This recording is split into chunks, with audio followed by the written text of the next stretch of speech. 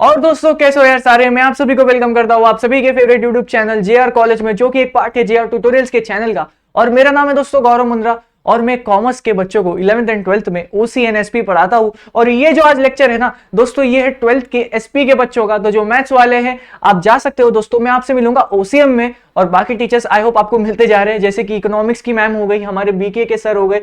And I hope आप सभी की पढ़ाई बहुत अच्छे से चल रही है। बाकी मेरे एसपी वाले बच्चों, चलो भाई अपना बोरिया बिस्तर सब तैयार करो। अरे सोना नहीं है, पढ़ाई करना स्टार्ट करना है ना। लेसन नंबर 2 स्टार्ट किया है हमने और आज उसका लेक्चर नंबर 5 है। और ये लेसन जो है ना, इसके लेक्चर्स जो है बहुत सारे हो सकते हैं, लाइक 8 तक होंगे मेरे अजम्पशन के साथ, लेकिन जो उसकी ड्यूरेशन होगी ना इतनी बड़ी बड़ी नहीं होगी। एंड आई होप आप ये जो लेसन है सेकंड लेसन को आप इसको 2 से 3 बार देखोगे अपने 12th के बोर्ड एग्जाम तक।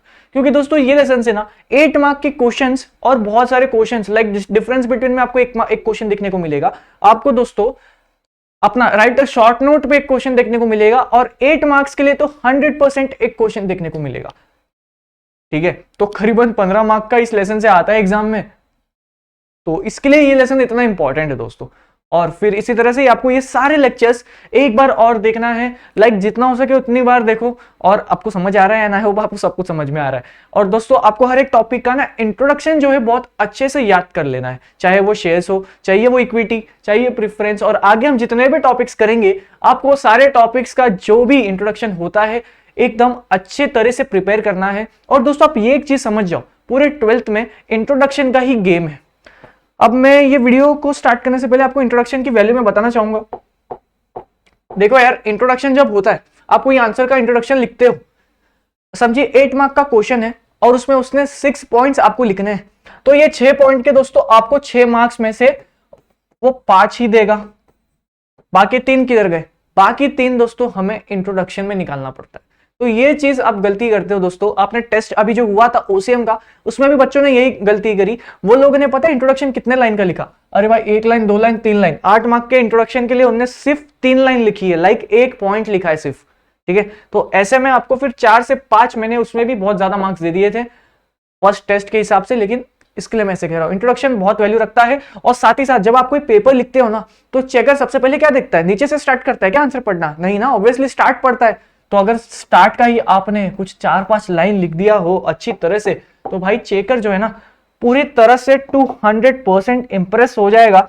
और वो फिर आगे भी एकदम इंप्रेस तरीके से आपके पूरे पेपर को चेक करेगा कि यार बच्चे ने इंट्रोडक्शन अच्छा लिखा, इसका मतलब ये है बीच के पॉइंट्स भी इसने सही लिखे होंगे। तो इस तरह से फिलोसॉफी के साथ, फिलोसॉफी नहीं साइकोलॉजी के साथ, चेकर के माइंड के साथ खेलो। ठीक है भाई, चलो यहाँ पे अभी इस टॉपिक को स्टार्ट करते हैं। क्या लिखा है पहला? Retained earning. दोस्तों ये जो टॉपिक है ये बहुत ही ज्यादा लेस इंपॉर्टेंट टॉपिक है। एग्जाम में ये अगर आ जाता है तो समझो तुम्हारी किस्मत खराब थी कि उसने ऐसा क्वेश्चन पूछ लिया, क्योंकि ऐसे क्वेश्चन से जो हर कोई स्किप करके जाता है। लेकिन बच्चों मैं आपको बोलूंगा इस टॉपिक का एक इंट्रोडक्शन अच्छे से आपको तैयार कर लेना है बस। और इसके जो पॉइंट्स होंगे उसको भी हम स्किप तो नहीं करने वाले, लेकिन उसमें मैं आपको सिर्फ रीड करवाने बोलूंगा। बट इसके आपको नोट्स जो है ना आपके एसपी के बुक में वो बना के रखना है। रिटेन्ड अर्निंग, रिटेन्ड, पहले इस वर्ड को समझे यार दोस्तों, उसके बाद हम रिटेन्ड अर्निंग क्या होता है ये समझेंगे। रिटेन्ड अर्निंग यानी कि दोस्तों मैंने आपको कुछ दिया और आपने उसको रख लिया, अब आपने उसको अपने पास ही रखा, इसको बोलते हैं रिटेन करना। मतलब कुछ ऐसी चीज जिसको आप जाने नहीं देना चाहते, इसे बोलते हैं रिटेन। आप उसको जो कंट्रोल है आप उसको अपने पास ही रख रहे हो, ऐसे वर्ड को कहते हैं रिटेन। अब मुझे पता नहीं आज मैं क्या कर रहा हूं, पहले तो मैं 5वें पेज तक गया, वापस 1 पे आ गया, वापस 5 पे गया, वापस 1 पे आ गया, थोड़ा दिमाग खराब हो गया लगता है। चलिए लेकिन कोई बात नहीं, यहाँ पे ध्यान दीजिए, हम थोड़ा और अब कोई मस्ती नहीं करेंगे, अब सीधा पढ़ाई करेंगे। क्या है भाई रिटेन अर्निंग? तो दोस्तों कंपनी क्या होती है ना, कुछ इस तरह से ही रिटेन करती है उनके अर्निंग्स को। बच्चा करे सर ये वर्ड से तो कुछ समझ में नहीं आया। अब इसकी बार ये बार जो है दोस्तों, अब मैं एग्जांपल दूंगा। जैसे देखो यार, ये एक कंपनी है, इस कंपनी का नाम भैया जेआर कंपनी। इस कंपनी ने दोस्तों पूरे के पूरे 1000 रुपए कमाए। ठीक है, अब ये जो 1000 इनका प्रॉफिट था ना, इन्होंने क्या करा? 1000 खर्चा नहीं करा, इसमें से दोस्तों 600 रुपीज तो टीचर्स को सैलरी दे दी, सारे छोटे मोटे खर्चे, और 400 रुपए ये लोगों ने पता है क्या करा? अपने पास ही रखा फ्यूचर के लिए। क्या पता कभी कुछ ऐसी सिचुएशन आ जाए जिसमें हमें इमरजेंसी में कुछ कैश की जरूरत हो, तो कुछ कैश होना चाहिए ना। ऐसे कैश को कहते हैं दोस्तों रिटेन्ड अर्निंग। अब ये तो देखो अपनी कंपनी का एग्जांपल दे दिया, जिसमें मैं अब आपका एग्जांपल दूंगा। कैमरा के पीछे जो बच्चा बैठा है, हाँ ये आप हो, अच्छा आप लड़की हो, ठीक है, और जो लड़के हैं उनके लिए ये भाई, अपने आप को इमेजिन कर लेना ऐसे, तुम्हारा एक बाल एकदम लड़की वाला, एक में तुम स्पाइक करके रखे हो। ये हम दोनों मेल फीमेल एंड अदर, हम तीनों को यहाँ पे कवर कर चुके, ठीक है। चलिए मैं अब क्या बोल रहा था हमको, इसके पास पता है दोस्तों, इसको इसकी मॉम ने पता है कितने रुपए दिए, 1000 रुपए दिए कि जा बेटा जा, जी ले अपनी जिंदगी। अब जब आपके पास 1000 रुपए आए, अब आपने बोला सही है यार, अब मैं मस्त मूवी देखूंगा, मोमोज खाने जाऊंगा, पिज्जा खाने जाऊंगा, मेरी एक फ्रेंड है ना परपेचुअल सक्सेशन, उसको भी थोड़ा घुमाने ले जाऊंगा, अच्छी डेट क्या है, हाँ मुझे उसके साथ जानी है, याद रहेगी नहीं कुछ, ठीक है। तो आपको आपकी फ्रेंड को किधर घुमाने ले जाना है, ठीक है। अब वहां पे दोस्तों होने वाला बहुत सारा खर्चा। अब आप क्या करते हो ना, ये 1000 में से ना 500 पहले अपनी राइट वाली जेब में रखते हो और 500 अपनी लेफ्ट वाली जेब में रखते हो। तो जैसे ही आप अपने वो फ्रेंड से, और जो लड़कियां है वो अपना जिसके साथ भी मिलना चाहे, लड़का हो लड़की हो जो भी, आप जैसे उनको मिलते हो तो आप उनको ये बताते हो भाई सुन मेरे पास ये 500 रुपए, उससे ज्यादा नहीं है मेरे पास। आपने क्या करा दोस्तों, यहाँ पे आपने अपने 500 रुपए जो है उसको दूसरी जेब में रखे, छुपा के रखे, फॉर फ्यूचर पर्पज के लिए रखे। क्या पता आपकी जो फ्रेंड है आपको कुछ ऐसी जगह ले जाए जहां पर बिल बहुत भारी था, तो आपको दूसरे जेब से भी पैसा निकालना पड़ जाए, ऐसा हो सकता है ना। तो दोस्तों आपने क्या करा, आपने दोस्तों कुछ पैसों को साइड में रखा फॉर फ्यूचर इमरजेंसी, कुछ हो सकती है ना भाई, कभी कैश लग जाए तो। आप किधर गए वहां पे, मुझे एक बात बताओ, आपने भी शायद ये किया होगा, जब आप अपने दोस्तों के साथ जाते हो और वो आपको पूछते हैं भाई कितना पैसा लाया, तो आप उनको ऐसा बोलते हो क्या, आप क्या उनको अपना एग्जैक्ट अमाउंट बताते हो, तेरा भाई 1000 लाया, बहुत पैसा अपने भाई। पता है दोस्त लोग गला पकड़ के आज तो पार्टी तू ही दे रहा है, ऐसा हो जाएगा, हम लड़कों में तो ऐसा होता है। लेकिन जब हम दोस्तों के साथ होते हैं, हम उन्हें बोलते हैं कि भाई कोई पैसा लाया क्या, बोले नहीं यार मैं तो 100 रुपए लाया हो भाई, गरीब आदमी, ये वाले जेब में देखियो यार फटा हुआ वॉलेट है, इसमें क्या पैसे लाऊंगा। हम ऐसी बात करते हैं कभी भी दोस्तों के साथ। अगर उनको पता चल गया हमारे जेब में 1000 रुपए, तो भाई सारे ले जाएंगे। तो इसको कहते हैं रिटेन्ड अर्निंग। आप नहीं चाहते कि आपका सारा पैसा एक साथ चले जाए भाई, कुछ तो रहे आपके पास भी, इसे कहते हैं रिटेन्ड अर्निंग। और कंपनीज जो है दोस्तों जब प्रॉफिट कमाती है, समझिए 10 करोड़ का प्रॉफिट कमाया, तो 5 करोड़ जो है वो अपने शेयर होल्डर्स में बांट दिया, बाकी 5 करोड़ वो अपने पास रखती है, एसेट्स खरीदती है, एसेट्स को डेवलपमेंट में डालती है, मेंटेनेंस में डालती है, तो उसमें खर्चा होता है कि नहीं। ऐसे खर्चों को रखने के लिए, अच्छे से संभालने के लिए रिटेन्ड अर्निंग का कंसेप्ट है।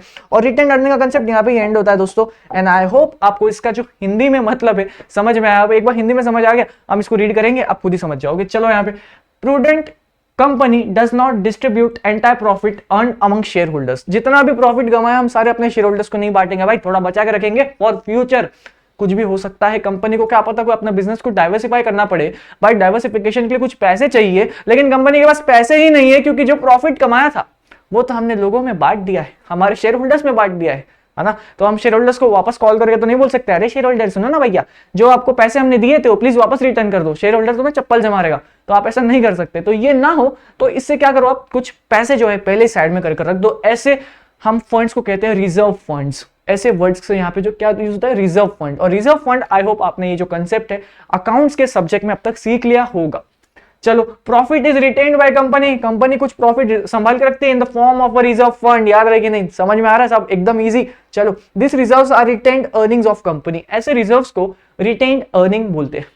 Very good. Management can convert retained earnings into permanent share capital by issuing bonus shares. ये समझने के लिए आपको ना बोनस शेयर्स पता होना जरूरी है, और शेयर कैपिटल क्या होता है ये भी पता होना जरूरी है। तो ये हम सीखने वाले लेसन नंबर 3 में। तो अभी ये जो पॉइंट है आप इसको याद करके लो, लेकिन लेसन नंबर 3 में आप एकदम क्लियर हो जाओगे, और इस पॉइंट की जो इंटरप्रिटेशन है वो आप खुद से ही कर लोगे। समझ में आ रहा है? आपको अगर बोनस इशू नहीं पता, शेयर कैपिटल नहीं पता, तो आप ये लाइन नहीं समझ सकते। चलो आगे, बट इजी है, मैं बताऊंगा, बिल्कुल क्यों टेंशन ले रहे हो, मैं हूं ना भाई। चलो आगे, यूज्ड बाय एस्टेब्लिश्ड कंपनी। तो दोस्तों ये जो रिटेन अर्निंग है ना, ये कंपनी जो पूरी तरह से डेवलपिंग स्टेज में है, ऐसी कंपनी जिसको कोई टेंशन नहीं, जैसे रिलायंस कंपनी, अडानी, टाटा, ये 3 ऐसे बेस्ट एग्जांपल्स है। आप इसको कहां पे भी इस्तेमाल कर सकते हो। कैपजेमिनी हो गया, इन्फोसिस हो गई, ठीक है। आप ऐसी कंपनीज है ये जो आप इनको किधर भी इनका एग्जाम्पल यूज कर सकते हो, एकदम टॉप नॉच कंपनी है। चलो फिर आगे, इंटरनल सोर्स ऑफ फाइनेंस है। इसको इंटरनल सोर्स ऑफ फाइनेंस इसलिए बोलते हैं क्योंकि कंपनी के पास ही रिजर्व फंड जब भी कंपनी को पैसे की जरूरत पड़ेगी, कंपनी आएंगे रिजर्व फंड के पास, रिजर्व फंड से पैसे निकाल के चले जाएगी। तो इस पूरे कंसेप्ट को कहते हैं दोस्तों retained earning. And I hope आपको ये समझ में आया। एग्जाम में इतना इंट्रोडक्शन प्लीज लिख कर आना, 5 में से ये 5 पॉइंट्स मुझे पूरे चाहिए। कोई बच्चा इसको एक्सटेंड कर सकता है तो वेल एंड गुड, नहीं कर पा रहा मेरे भाई तो आपको इतना तो याद करके ही जाना है, ठीक है, इतना याद तो करके ही जाना है, और एल्स दिक्कत हो सकती है।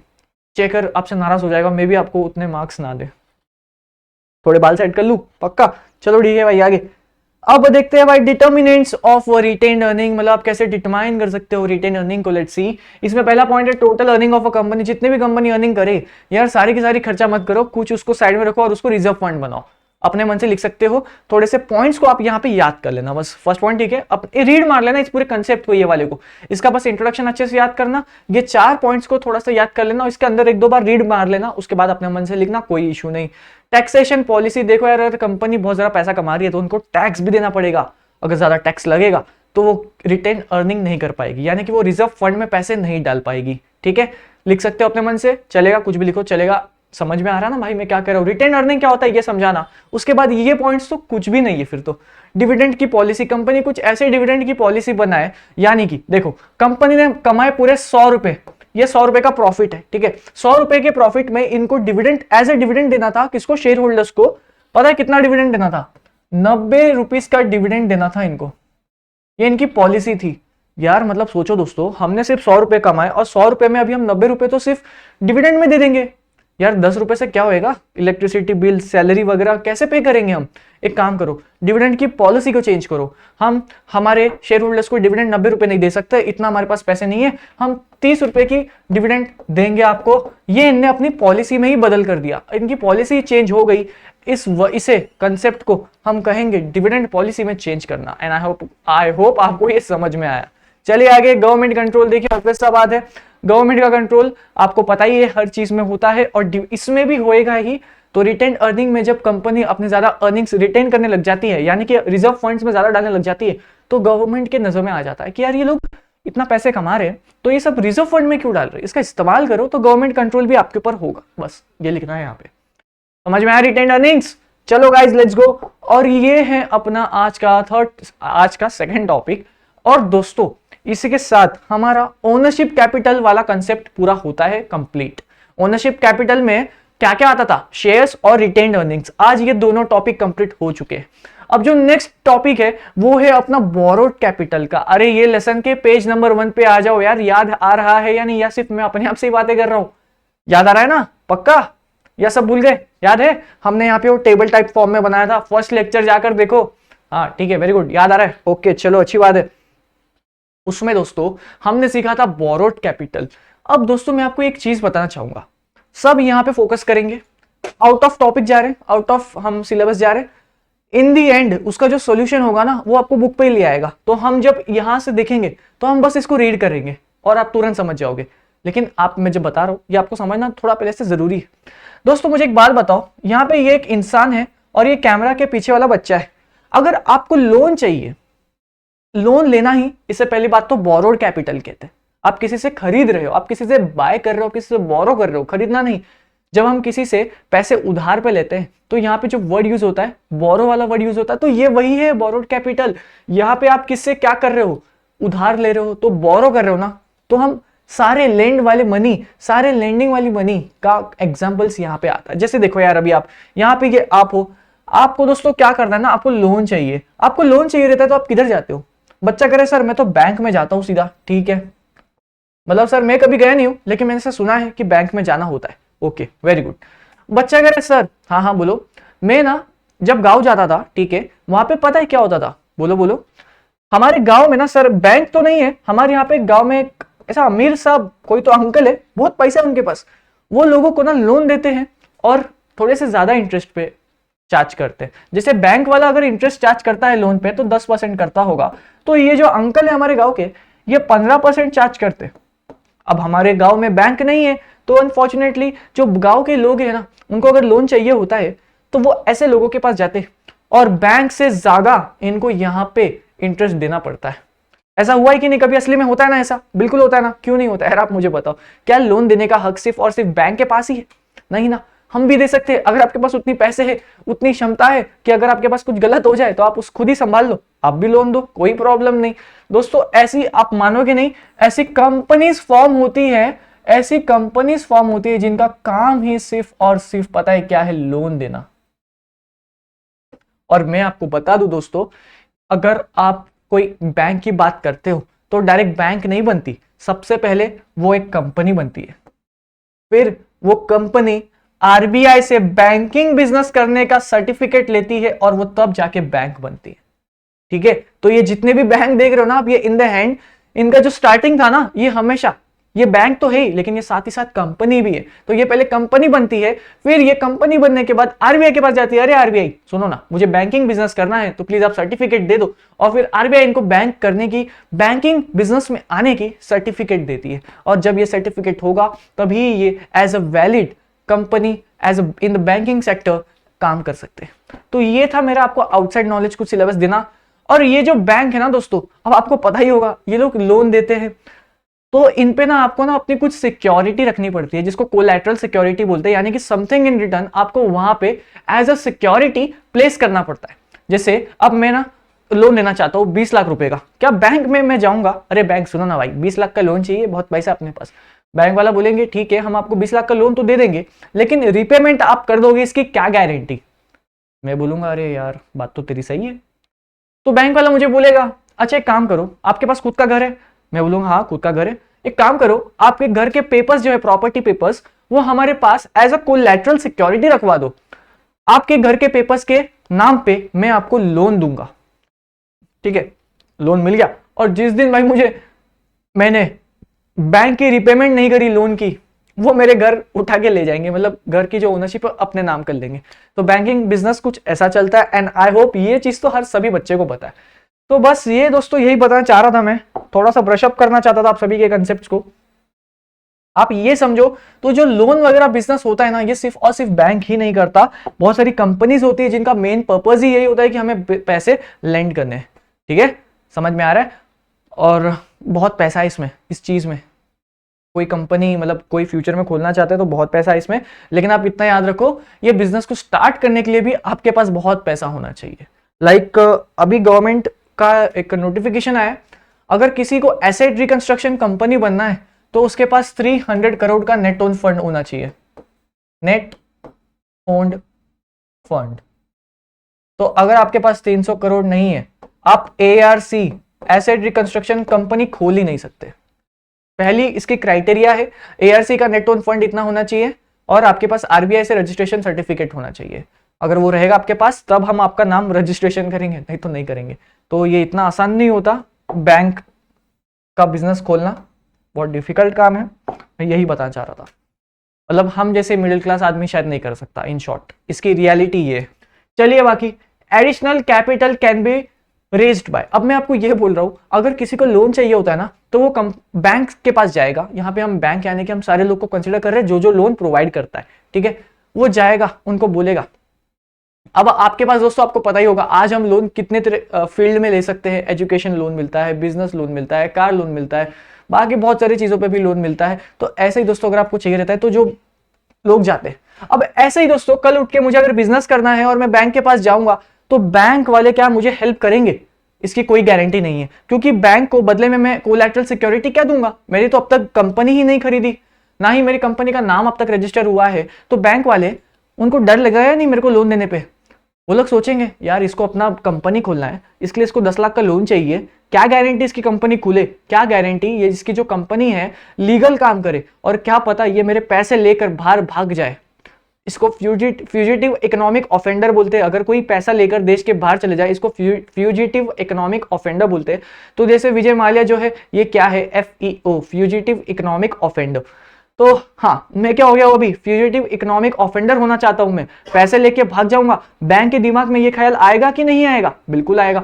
अब मेरे जैसे आम आदमी जो बिजनेस करना चाहता है, कंपनी खोलनी चाहता है, लेकिन उसके पास कोई जरिया नहीं है, कोई उसको लोन नहीं दे रहा, ऐसे ही लोग जो है ना, पता है क्या कर सकते हैं, लोगों से डिबेंचर्स इशू कर सकते हैं, डिपॉजिट के फॉर्म में पैसे ले सकते हैं, बॉन्ड्स कर सकते हैं, लोन्स ले सकते हैं। लोन्स तो किससे लेंगे, बैंक से। बॉन्ड्स, डिपॉजिट, डिबेंचर्स, ये कैसे नए वर्ड्स है जो शायद आपने पहली बार सुना होगा या फिर किसी और के मुंह से सुना होगा, और ये 11th में कभी कभार देखा होगा, लेकिन आज हम इस चीज को समझने वाले। फर्स्ट ऑफ ऑल, ऐसे अगर आप इस तरह से पैसे रेस करते हो तो इसे बोरोड कैपिटल कहते हैं, यानी कि आपने किसी से लोन के द्वारा इस पैसे को रेस किया है अपनी कंपनी को चलाने के लिए, बोरोड कैपिटल। अब इसमें क्या होता है ना दोस्तों, जो कंपनी होती है ये आम आदमी से, जनरल पब्लिक से, पता है क्या बोलती है, जनरल पब्लिक से लोन उठाती है, और वो भी एक दो पब्लिक से नहीं, बहुत सारी पब्लिक से। डिबेंचर्स कैसा होता है ना, ये एक तरह का सर्टिफिकेट होता है, ये होता है डिबेंचर सर्टिफिकेट।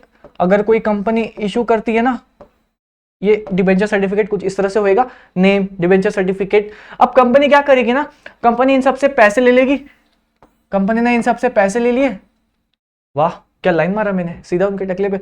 हाँ, लेकिन मैं क्या बोल रहा था, कंपनी जो है इनको बोलेगी सुनो ना यार दोस्तों, आप हमारी कंपनी में पैसे लगाओ, बट एज अ ओनर नहीं, एज अ ओनर नहीं। कंपनी आपसे जो पैसे ले रही है ना, ये एज ए लोन ले रही है, आपको बदले में हम कंपनी का कोई ओनरशिप नहीं देने वाले भाई। हम, आप जो हो कंपनी में पैसे लगा रहे हो, एज ए लोन लगा रहे हो, हम आपको कोई भी ओनरशिप नहीं देंगे, यहाँ पे कोई भी ओनरशिप नहीं जा रही, आप हमारे कंपनी के क्रेडिटर हो, क्रेडिटर। समझ में आ रहा है? अब समझा अकाउंट्स का यहाँ पे क्या यूज है। बाकी मैं क्या बोल रहा हूँ, डिबेंचर जो है, कंपनी क्या करते हैं ना, डिबेंचर इशू करती है। यहाँ पे डिबेंचर नहीं, सिर्फ यहाँ पे आप डिपॉजिट कह लो, जो भी बॉन्ड्स कह लो, जो भी कंपनी इशू करना चाहे, ऐसा ही होता है। एक फॉर्म होता है, ये फॉर्म जो भी कंपनी को लोन देना चाहता है वो ये फॉर्म भरेगा, कंपनी में उतने डिबेंचर्स खरीद लेगा, तो कंपनी के पास पैसे भी आ जाएंगे। ये लोगों के पास, जिनके पास सरप्लस अमाउंट ऑफ कैश था, ये लोगों ने भी लोन दे दिया। सोचो यार, आम आदमी ने एक पूरी बैंक को लोन दे दिया, पूरी क्या बोल रहा हूं, एक पूरी कंपनी को लोन दे दिया। कभी सोचा था क्या कि आप भी कभी किसी कंपनी को लोन दोगे?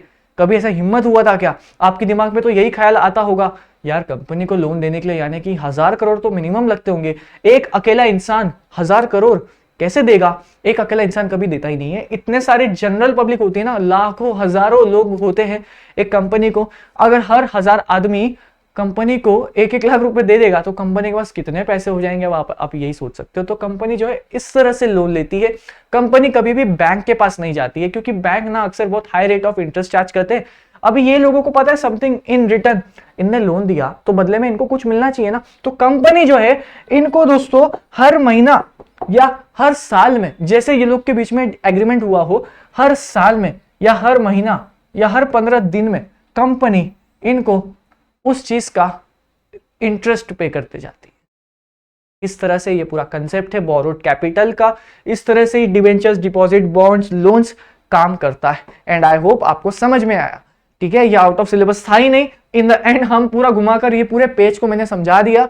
आगे के भी टॉपिक्स को मैंने आपको यहीं समझा दिया, किस तरह से लोन रेज होता है और किस तरह से कंपनी के पास पैसे आ जाता है। कंपनी जो है दोस्तों, कभी भी 1 या 2-3 लोग अगर उनको मिल जाए तो अच्छी बात है, लेकिन आप मुझे बताओ, क्या अपने देश में मिडिल क्लास लोग ज्यादा है या हायर क्लास लोग ज्यादा है? और हायर क्लास में भी ऐसे लोग हैं क्या, कंपनी उनको कॉल करेगी, हमें 1000 करोड़ का लोन चाहिए, क्या आप मुझे दोगे?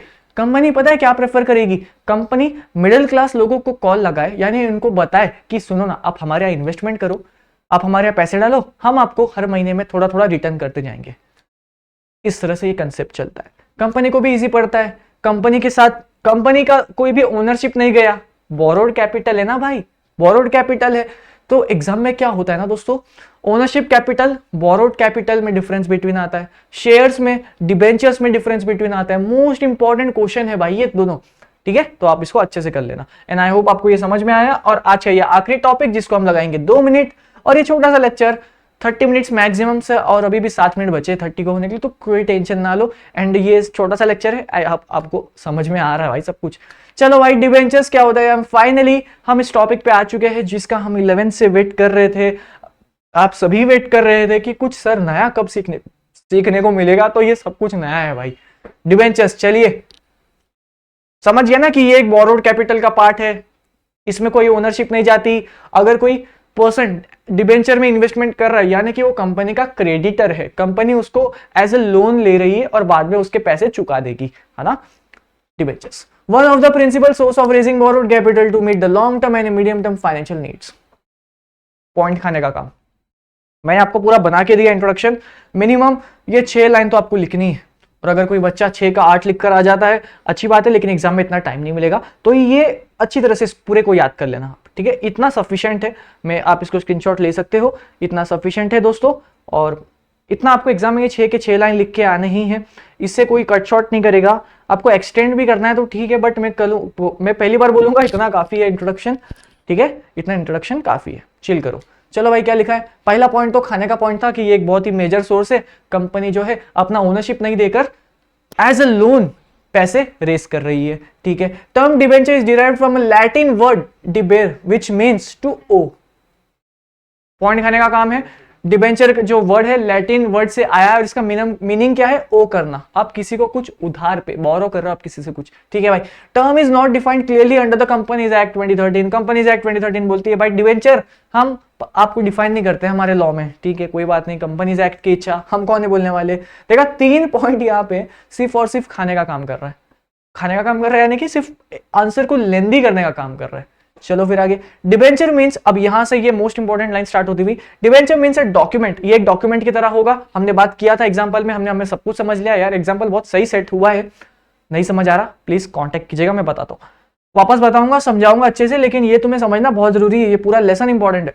डॉक्यूमेंट विच ईदर क्रिएट्स और एक्नॉलेज डेट, मतलब वो अगर आपके पास डॉक्यूमेंट रहा ना तो पूरी दुनिया मान लेगी, अच्छा आपने इस कंपनी को लोन दिया था, क्या बात है भाई, इतना अकेला इंसान भाई तूने कंपनी को लोन दे दिया, मानना पड़ेगा यार तेरे को। अब फिर वो तो आपको पता है कि एक अकेला इंसान इतनी बड़ी कंपनी को कैसे लोन दे सकता है। इसके जैसे मार्केट में बहुत सारे लोग हैं जो डिबेंचर में इन्वेस्टमेंट करते हैं। चलो भाई आगे, it is evidence of indebtedness, कि हाँ कंपनी वो आपका क्रेडिटर है, ये इस चीज का एविडेंस है, अगर आपके पास डॉक्यूमेंट होगा तो। Issued under form of debenture certificate, जब ये इशू होता है ना तो आपको एक सर्टिफिकेट मिलता है और उस पर कंपनी का स्टैंप होता है, उस स्टैंप को कंपनीज लॉ के, कंपनीज एक्ट में कॉमन सील कहते हैं, हमने 11th में सीखा था। और दोस्तों इसी के साथ हमारा जो डिबेंचर का टॉपिक है ये कंप्लीट होता है, कंप्लीट नहीं होता है यानी कि लेक्चर में कंप्लीट होता है। अब नेक्स्ट लेक्चर में हम डिबेंचर्स के features and types of debentures complete करके डिबेंचर्स के टॉपिक को कंप्लीट करेंगे। लेक्चर नंबर 6 में आपकी और हमारी मुलाकात होगी अब एसपी के इस सब्जेक्ट के प्यारे से साथ, ठीक है दोस्तों। लेक्चर नंबर 6 में हम और डिबेंचर्स को पूरी तरह से कंप्लीट करेंगे, लेकिन डिबेंचर्स पे बढ़ने से पहले आज का ये आपका होमवर्क, डिबेंचर्स के इस इंट्रोडक्शन को आपको पूरी तरह अच्छे से याद करना है और साथ ही साथ ये रिटेन्ड अर्निंग के इंट्रोडक्शन को याद करना है। दोस्तों आपका एक और होमवर्क, ये जो एग्जांपल था अपना रिटेन्ड, अपना ये बोरोड कैपिटल वाला, इसको आपको 2 से 3 बार देखना है, अगर समझ आ गया है फिर भी आपको 1 बार देखना है, ठीक है पक्का। तो चलो फिर दोस्तों इस लेक्चर को हम यहाँ पे एंड करेंगे। अगला लेक्चर मोस्ट इंपॉर्टेंट, एग्जाम में डिबेंचर का श्योर क्वेश्चन, और ये आपके भाई का प्यारा सा इंस्टाग्राम आईडी, यहाँ पे कांटेक्ट कीजिएगा अगर आपको ये टॉपिक से नहीं समझ आता है तो, बट आई एम 100% श्योर आपको समझ में आ जाएगा।